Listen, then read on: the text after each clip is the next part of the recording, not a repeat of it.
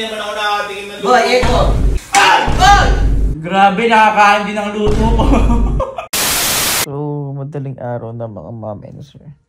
12:43 AM na po ng madaling araw at hindi pa rin ako makatulog. Hindi ako inaantok kasi nagugutom ako. At pag ganitong nagugutom ako, kailangan ko muna kumain bago makatulog talaga. Ano? Tara, luto tayo. So, ang lulutuin natin ngayong madaling araw mga mom and sir ay ang kimchi fried rice. Ayan. So, ang kailangan lang natin syempre, kimchi. Ayan. Tapos, kanin na lamig. Ito, masarap kasi talaga ang kanin na lamig pag magpa-fried rice. Garlic. Ito, garlic. At saka, bacon or karne. Ayan. Kung pwede nyo pong hindi ito lagyan, optional lang po ito kung gusto nyo lagyan ng bacon, karne, spam, or luncheon meat. Kung ano po gusto nyo, pwede nyo po ilagay. So, mag-start na tayo guys. Kasi madaling araw ni. So, mga mama and sir, ako na lang natin gagawin. Magpainit lang tayo ng mantika. Painit lang tayo ng mantika. Yan. Painit lang tayo. Pwede natin ilagay ngayon yung bacon, baboy natin, or kahit anong gusto nyo pwede ilagay. Optional lang to. Ayan, lagay lang natin. Ito lang natin yan. Pampasarap yan, par. Pero kung wala naman, okay lang din. Dito nyo lang. Eto, nakita ko lang dinalidirect to eh. Ayan. Pag nagdidikit-dikit na ganyan mga mami, sir, lagyan nyo lang ng mantika. Para hindi siya magdikit-dikit.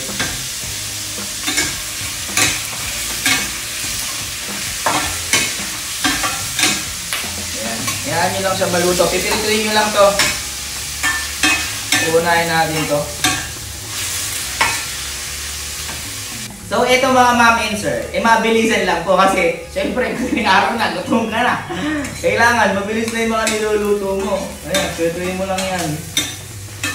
So, ayan mga ma'am and sir, medyo natutuluto na yung baboy natin. Pwede natin ihawin yan. Kasi itong meat pala na to, sa pang-sangyupsal siya, kaya ganyan yung color niya.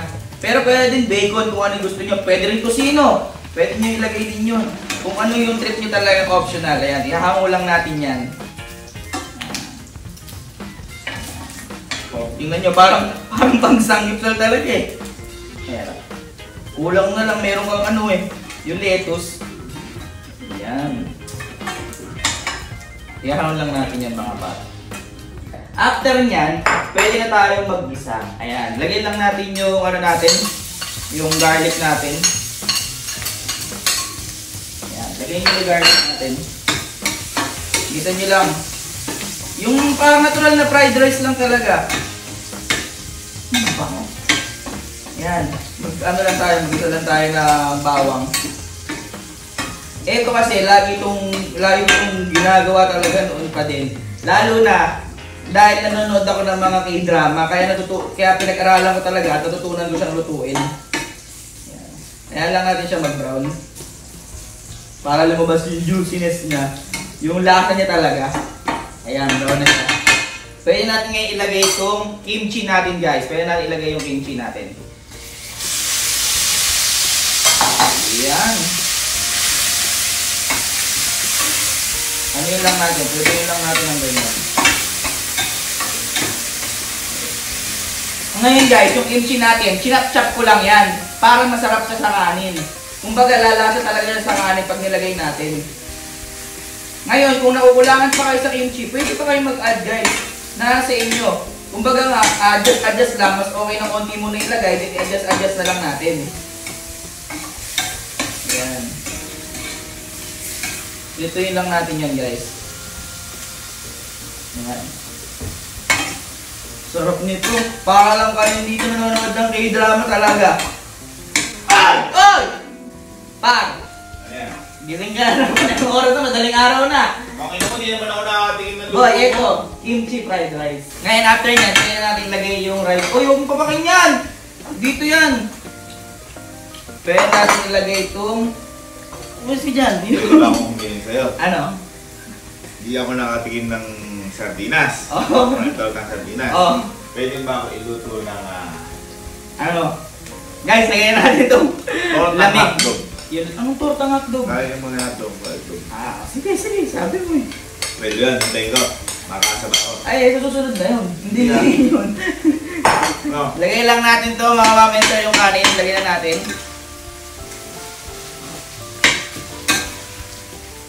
Magdagdag lang tayo ng seasonings. Maglagay lang tayo ng asin. Yan, asin pampalasa. Yan. At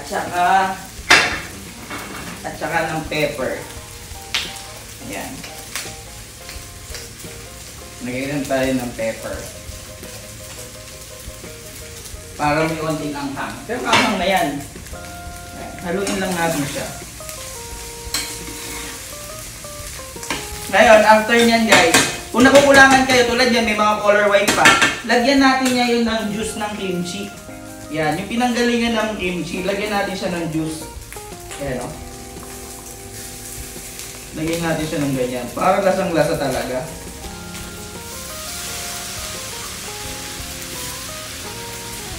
Ngayon, after nyan, ganyan natin ilagay yung niluto natin kaninang baboy. Yan, ihalo na natin siya.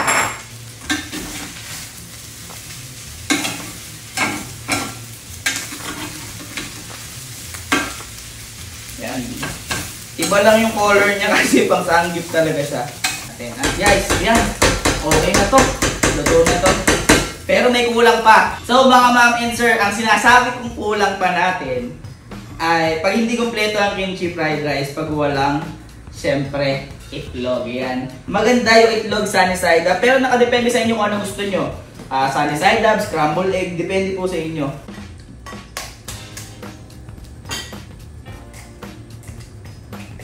Perfect. Lutuin lang natin yan. Low heat lang, low heat. Para sarap niyan. So ayan mga ma'am and sir, plating na tayo. Okay lang natin ito dyan. Patalig lang natin yan para. Tama lang inalutok ko kasi mamaya may mga lalabas na dyan. Tulad din ko na lalabas. Patalig lang natin yan. Saka natin ilagay dito. Technique pa. Yan. Pang! Perfect! At saka natin lalagyan ngayon ng itlog. Lalagyan ng itlog mga ma'am and sir. Pang! Ngayon, pwede nyo palagyan yan mga ma'am and sir ng kung ako sa inyo mga seaweeds. Yan, kung mahilig kayo sa mga seaweeds, pwede nyo pa siya lagyan. Okay?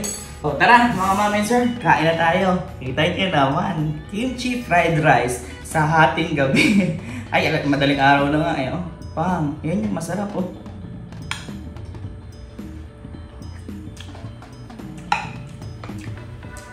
Sarap. Grabe, nakakain din ang luto ko.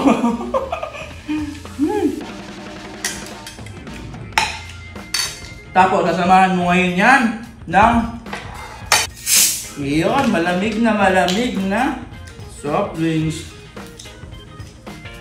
Tensya na guys, ito kasi talaga perfect combo para sa akin eh. Kahit madaling araw na.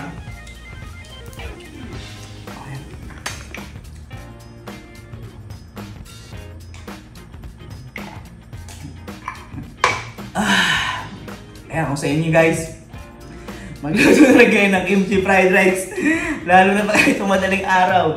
Promise, sobrang sarap.